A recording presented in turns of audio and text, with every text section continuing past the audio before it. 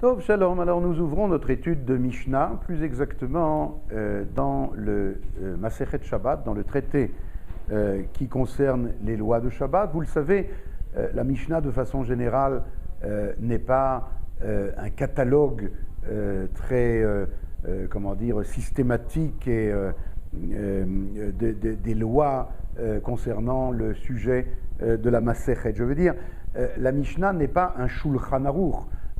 C'est même pas d'ailleurs un livre de codification qu'on peut trouver chez Maïmonide, par exemple, le Yad HaChazaka. La Mishnah, les lettres du mot Mishnah sont les lettres de Neshama. La Neshama, c'est quelque chose d'animé. D'ailleurs, Neshama, ça veut dire l'âme, et l'âme, ça vient du latin, en français, ça vient du latin anima, qui est la même racine que le mot animé. Et donc, l'âme, c'est quelque chose d'une source vive. Et par conséquent, dans la Mishnah, on va trouver, bien sûr, la Mishnah de Shabbat va nous parler essentiellement des lois de Shabbat, mais en passant, elle pourra aussi nous parler de toutes sortes d'autres choses, par connotation, c'est quelque chose de vivant.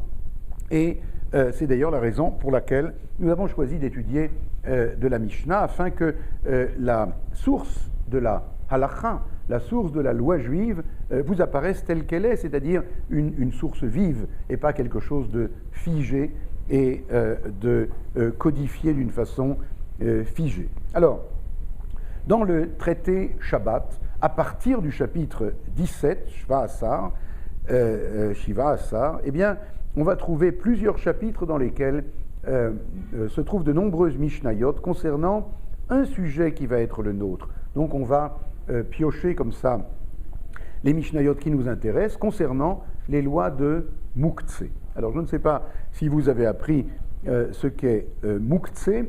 Muktzeh, ça veut dire qu'il y a pendant Shabbat des objets qu'on n'a pas le droit de déplacer. En hébreu, ça s'appelle letaltel Muktzeh, déplacer un objet Muktzeh, contrairement à ce que certains pensent, on a le droit de toucher un objet Muktzeh, en tout cas selon la plupart des décisionnaires, mais on n'a pas le droit de le déplacer. Bien sûr, il s'agit de le déplacer à l'intérieur de la maison, car déplacer à l'extérieur d'un domaine privé à un domaine public ou vice-versa, ça fait partie d'un tout autre registre. Ce sont les 39 travaux, les 39 activités interdites le Shabbat, qui sont interdites d'Oraïta par la Torah. Là, nous parlons d'une interdiction des Rabbanan, une interdiction qui a été faite par les sages, et la question se pose immédiatement, pourquoi est-ce que les sages ont décrété cette interdiction?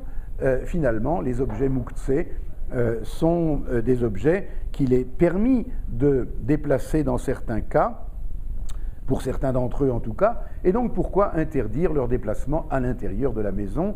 Quelle est la raison profonde de cette interdiction? Maïmonide, dans ses lois sur Muktzeh, va, au chapitre 24 des lois sur Shabbat, va s'interroger et va nous donner trois raisons, pas équivalentes d'ailleurs, une raison essentielle et deux autres raisons pour lesquelles les sages ont, je traduis littéralement, touché à cet interdit, selon les paroles de Maïmonide.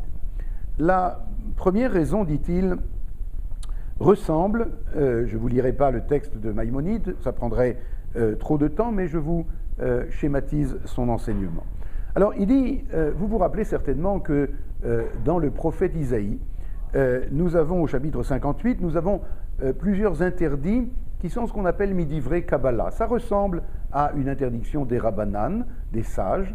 Le Shabbat, on n'a pas le droit, par exemple, de marcher le Shabbat comme on marche les jours de semaine. On n'a pas le droit de parler le Shabbat comme on parle les jours de semaine. Je vais donner 2-3 exemples. Par exemple, on n'a pas le droit de courir le Shabbat. Comme il est dit,